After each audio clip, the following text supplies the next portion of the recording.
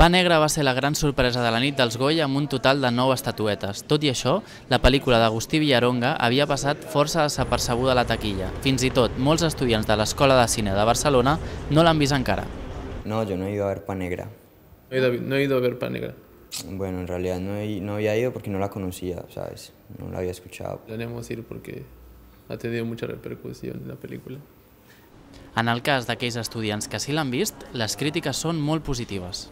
La pel·lícula em va agradar molt, considero que és molt bona, que tots els Goya que va guanyar ahir a la nit se'ls mereixia tots. Només 250.000 persones han vist la pel·lícula Pa Negre fins ara, la gran triomfadora dels Premis Goya, en una cerimònia que van seguir una mitjana de 500.000 espectadors. Per aquesta raó, diferents cinemes, com el que tenim al nostre darrere, tornen a oferir la possibilitat perquè catalans i espanyols puguin veure una de les grans pel·lícules del cinema en català.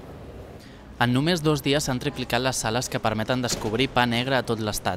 Ara ja en són 100, moltes d'elles a Catalunya. Les cues d'aquest cinema de Barcelona són un bon exemple del gran interès que ha despertat la pel·lícula.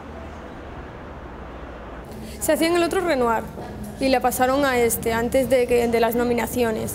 Entonces estaba en 4 sesiones, lo pasaron a 2, luego se quedó en una.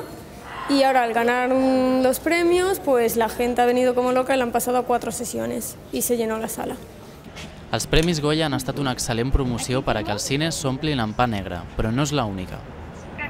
Ja en teníem ganes abans, el que passa amb els premis que ens animen més, la veritat. I sabia de l'existència però no havia posat cap interès. I decidit veure la pel·lícula perquè fa molt temps que vaig llegir el llibre.